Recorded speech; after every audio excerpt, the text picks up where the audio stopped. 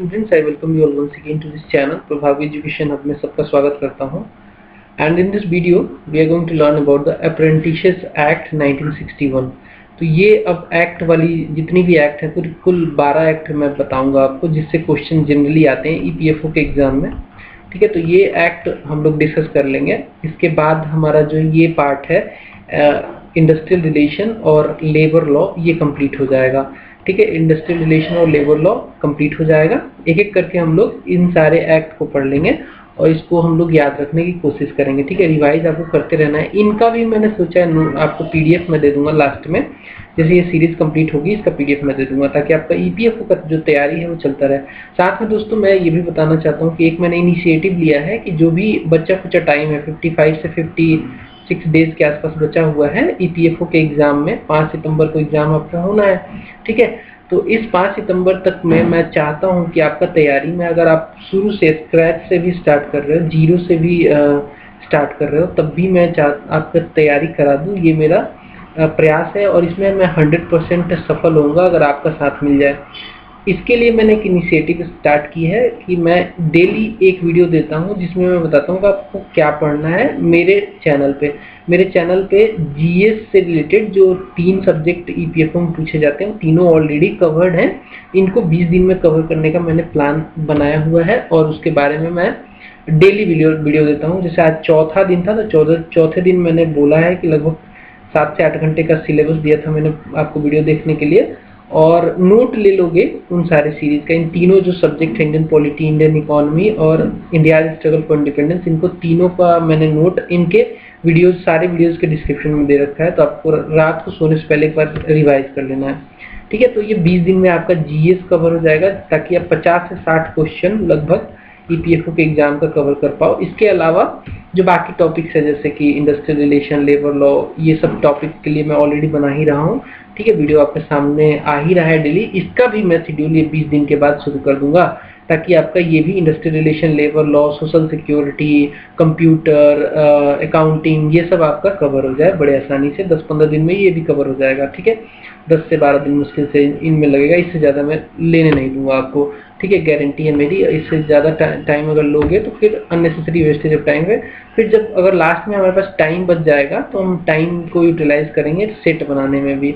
इससे पहले और भी टॉपिक्स हैं, जैसे कि इंग्लिश है, मैथ है ना, कंप्यूटर तो मैंने बोल ही दिया कि कवर कर दूंगा। साथ में साइंस है, इन सब का भी मैं बताऊंगा कैसे आपको तैयारी करना है। इनके ऊपर अगर मैं प्रोवाइड कर पाऊँ वीडियो तो मैं भी करूंगा, और साथ में अगर मान लो कहीं से रेफरेंस देना है तो वो भी मैं आपको बताऊंगा। तो जुड़ जाओ इस चैनल के साथ। अगर सब्सक्राइब नहीं किया सब्सक्राइब कर लो, बेल आइकन को भी प्रेस कर लो, ताकि जो भी मेरे लेटेस्ट वीडियोज आते हैं उनका नोटिफिकेशन आपको मिलता रहे। और ईपीएफओ की तैयारी में 100% फ्री में आपका करवा रहा हूँ, 100% फ्री है। इसके वीडियोस का कोई चार्ज नहीं है।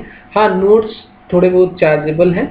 वो नोट चार्जेबल इसलिए हैं बिकॉज थोड़ा बहुत अर्निंग इस चैनल का भी होना चाहिए एंड ओवरऑल मेंटेन करना है इसको भी, है ना, तो इसके लिए। तो एनीवे हम स्टार्ट करते हैं इस पर्टिकुलर एक्ट को, 1961 वाले एक्ट को, अप्रेंटिस एक्ट इसको कहते हैं। ठीक है, अप्रेंटिसेस एक्ट जो है ये 1961 में आया था। सबसे पहली जानकारी तो आपकी यही है। इसको लाया गया था, इसके पीछे कुछ ऑब्जेक्टिव था। इसका ऑब्जेक्टिव ये है कि जो भी जो नए मैन पावर आएंगे उनके स्किल का डेवलपमेंट किया जाए। तो होता क्या है, इसमें जो एम्प्लॉयर होता है, समझ लो थोड़ा सा, इसमें एम्प्लॉयर होता है। इसके इसमें मान लो कि एक एबीसी कंपनी है, ये क्या है, कुछ अप्रेंटिसेस वैसे लोग होते हैं जो ट्रेड की ट्रेनिंग लेने जाते हैं, साथ में वहाँ पे काम भी करते हैं।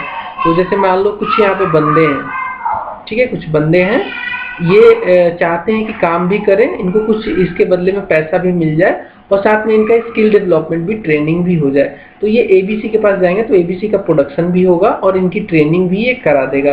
तो ये इसके लिए पर्टिकुलर एक कानून होना चाहिए। अब ऐसे तो है नहीं कि इनको ऐसे ही ले लिया जाएगा और कुछ भी कराया जाएगा, कुछ भी नहीं, है ना।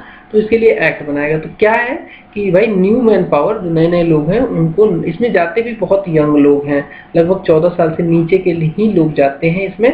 तो 14 साल से ऊपर के लोग जाते हैं, है ना। ठीक है, और ये 14 साल के जो ऊपर के लोग हैं यहाँ पे जाकर ट्रेनिंग लेते हैं और नए मैन पावर का पार्ट बनते हैं। ठीक है, तो ऑब्जेक्टिव है नए मैन पावर को ट्रेन करना, स्किल डेवलपमेंट करना उनका। इसके अलावा इम्प्रूवमेंट इन ओल्ड स्किल। अब मान लो कि कुछ लोग पहले से ही ट्रेंड है वो और उनको इम्प्रूवमेंट चाहिए तो वो भी अप्रेंटिसेस के तौर पे जा सकते हैं और इस एक्ट का फायदा ले सकते हैं, अपना ओल्ड स्किल डेवलप करा सकते हैं। बात समझ में आई आपको? अब बात करेंगे हम अप्लीकेबिलिटी। इस एक्ट का अप्लीकेबिलिटी क्या है, कहाँ कहाँ पे ये लागू होता है, किस किस इंडस्ट्री में क्या क्या ट्रेड होंगी वहाँ पे ये लागू होगा। इसको नोटिफाई किया जाता है, it is notified by the central government. Central government इसको नोटिफाई करती है कि ये किस इंडस्ट्री या फिर एरिया पे लागू होगा ये एक्ट, ठीक है। ये है सेक्शन 1। इस एक्ट का सेक्शन 1 कहता है कि central government with the notification will notify कि कहाँ पे ये अप्रेंटिस एक्ट लगेगा और कहाँ नहीं लगेगा।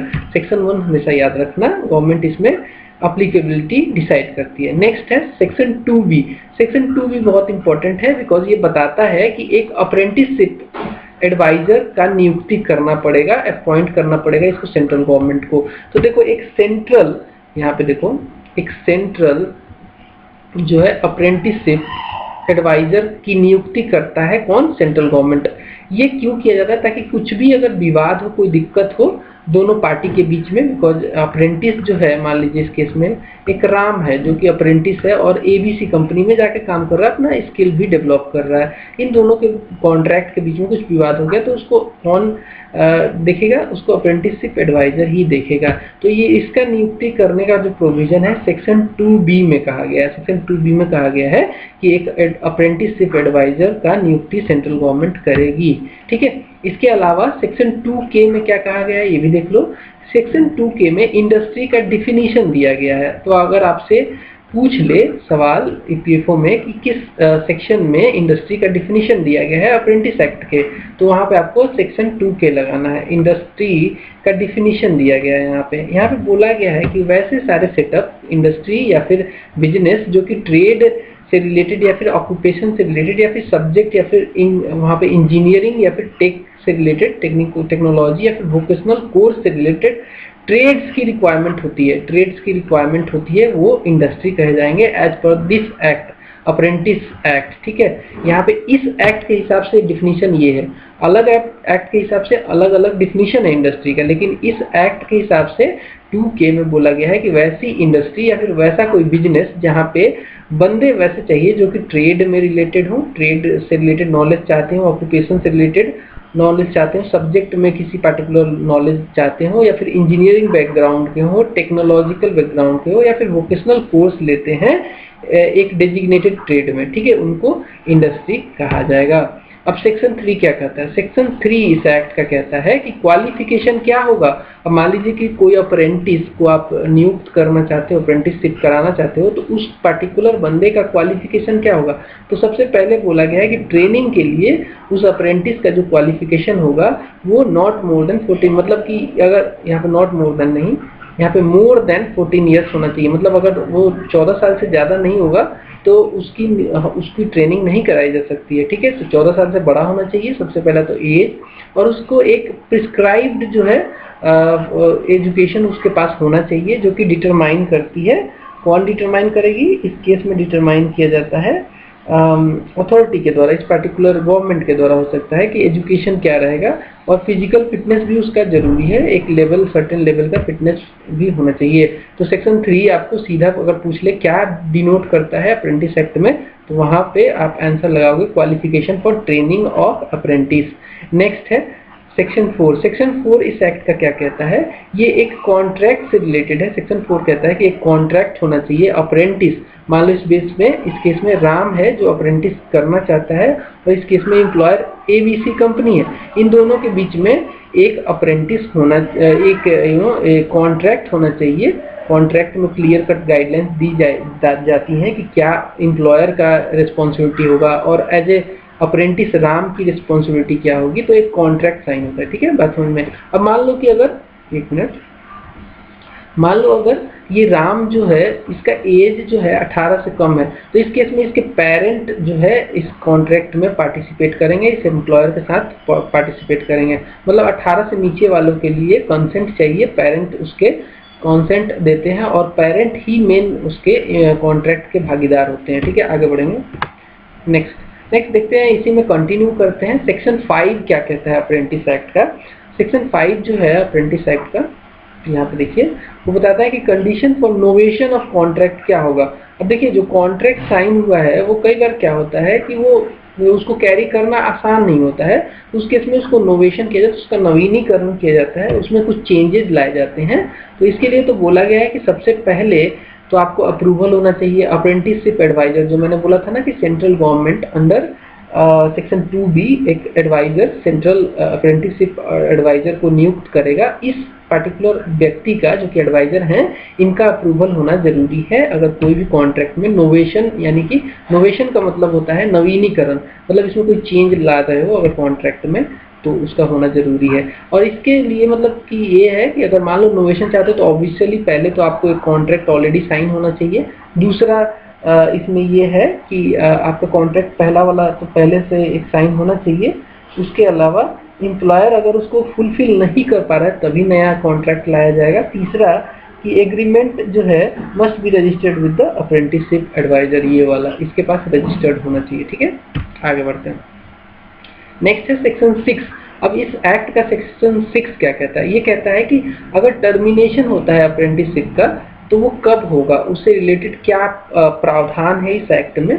बोला गया है कि टर्मिनेशन अप्रेंटिसशिप का तभी होगा जब ट्रेनिंग का जो समय था, ड्यूरेशन है, वो एक्सपायर कर जाए। दूसरा बोला कि अगर मान लो दोनों पार्टी में से कोई भी पार्टी, इस केस में मान लो राम है और ABC कंपनी है, इन दोनों में से कोई भी एक पार्टी एप्लीकेशन अगर देती है अप्रेंटिसशिप एडवाइजर को, तब पार्टिकुलर जो कॉन्ट्रैक्ट है उसको खत्म किया जा सकता है। ठीक है, ये सेक्शन 6 कहता है termination of apprenticeship.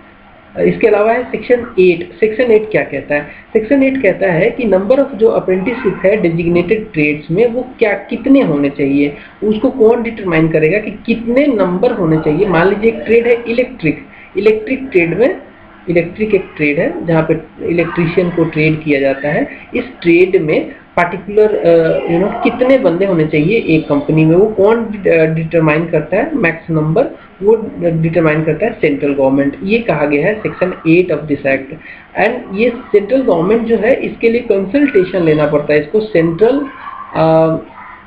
Apprentice council, यहाँ पे सेंट्रल एक अप्रेंटिस काउंसिल है, उसके साथ कंसल्टेशन करना पड़ता है, बातचीत करके ही इस नंबर को डिटरमाइन किया जाता है पार्टिकुलर ट्रेड के लिए।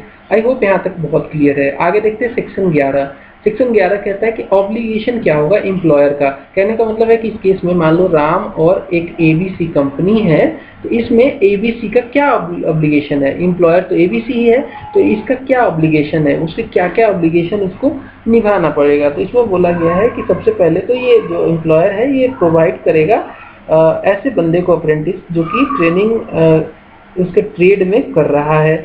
ठीक है, एक ट्रेड प्रोवाइड करेगा। ठीक है, पहला ऑब्लिगेशन क्या है? उसी ट्रेड में उसको कराएगा अप्रेंटिसशिप जिसके लिए उसकी कॉन्ट्रैक्ट साइन हुई है। दूसरा बोला गया है कि कॉन्ट्रैक्ट जो साइन हुआ है उसको फॉलो करेगा, नहीं फॉलो करेगा तो कार्रवाई होगी, उसके लिए जेल वेल का भी प्रावधान है। तीसरा बोला गया है कि अगर मान लो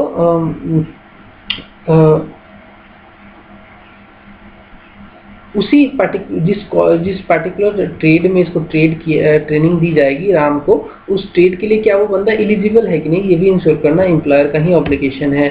इसके अलावा ऑब्लिगेशन कुछ अप्रेंटिस के भी दिए गए हैं। मान लो इस केस में अप्रेंटिस अपना अगेन राम ही है, राम अप्रेंटिस है, इसके भी कुछ रिस्पॉन्सिबिलिटी है, ऑब्लिगेशंस है, इसको फॉलो करना पड़ेगा। इसको बेसिकली क्या फॉलो करना पड़ेगा? इसको लर्न करना पड़ेगा अपने ट्रेड को बहुत ही कॉन्शियसली, इसको डिलीजेंटली और कॉन्शियसली जो भी ट्रेड में ये गया है उसको बहुत अच्छे से इसको पढ़ना पड़ेगा। पहली इसकी रिस्पॉन्सिबिलिटी। दूसरी इसकी रिस्पॉन्सिबिलिटी है कि इसको जो है अटेंड करना पड़ेगा प्रैक्टिकल और इंस्ट्रक्शनल क्लासेस रेगुलरली।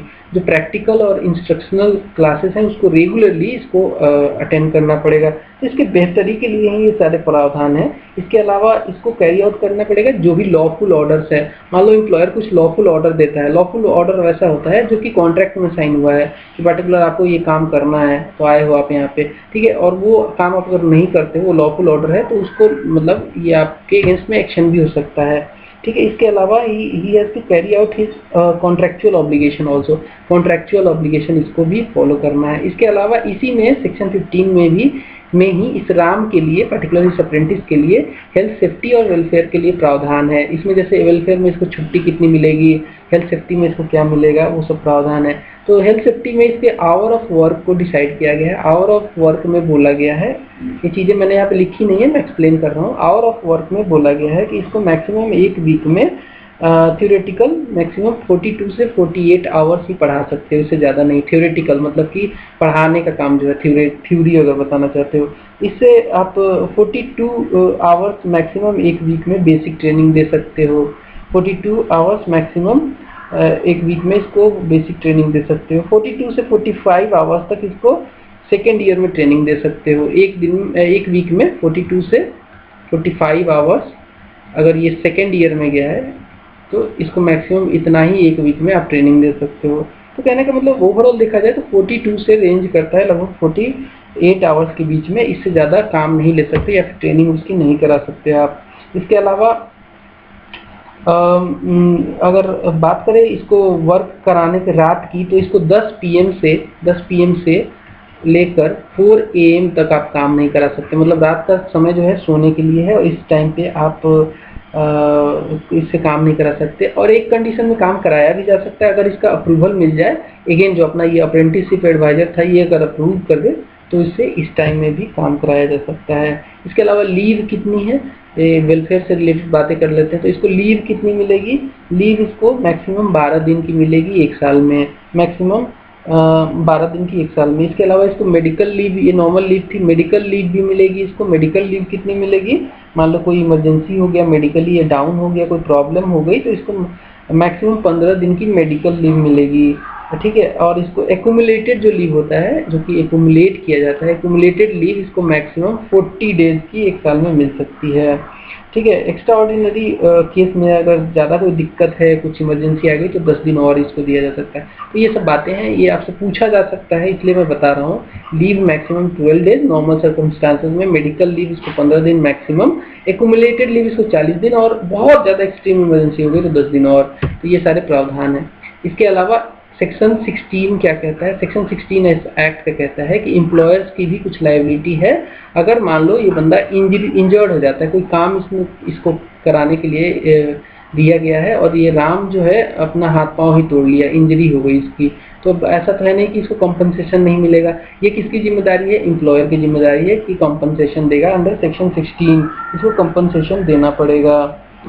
इसके अलावा ये जो कंपनसेशन मिलेगा इसको, ये कंपनसेशन मिलेगा वर्कर्स कंपनसेशन एक एक्ट है उसके अंदर, ठीक है।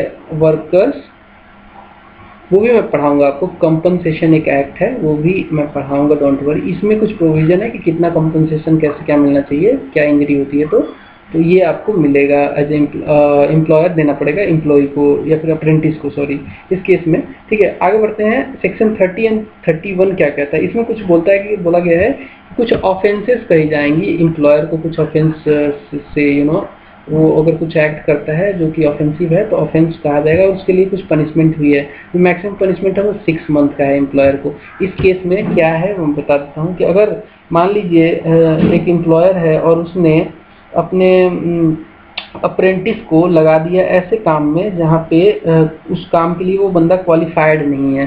मान लीजिए इस केस में राम है और ABC कंपनी के एम्प्लॉयर ने क्या किया, बोला राम को, राम एक काम करो, जाओ एक काम करो, ये काम कर लो, और इस काम के लिए बंदा ये क्वालिफाइड ही नहीं है, तो फिर इस पर्टिकुलर एम्प्लॉयर को 6 महीने की जेल की सज़ा हो सकती है। इसके अलावा एक और प्रावधान है, अगर ये फेल हो जाता है, अपना जो कंडीशन है टर्म्स एंड कंडीशन, कॉन्ट्रैक्ट में जो है टर्म्स एंड कंडीशन है वो फेल हो जाता है बंदा, एम्प्लॉयर ABC कंपनी, तो उसको अगेन 6 महीने की जेल होगी, या फिर एक और कंडीशन में 6 महीने की जेल हो सकती है if he contravenes the provisions of act relating to number of apprentices which is required to engage under those provision. तो यहाँ पे मैंने एक बार बोला था ना कि सेंट्रल गवर्नमेंट डिसाइड करेगा कितना एक ट्रेड में कितने बंदों को रखना है अप्रेंटिस के तौर पे, उससे अगर ज़्यादा रखता है तो भी इसको 6 महीने का जेल हो सकता है। तो that's all from this video. Apprentice act से इतना ही था। आई होप कि आपको पसंद आया होगा, समझ भी आया होगा, एंड समझ आया EPFO की तैयारी कर रहे हो तो लाइक शेयर सब्सक्राइब जरूर करना, ठीक है। मिलते हैं अगले वीडियो में, तब तक के लिए नमस्कार, बाय बाय।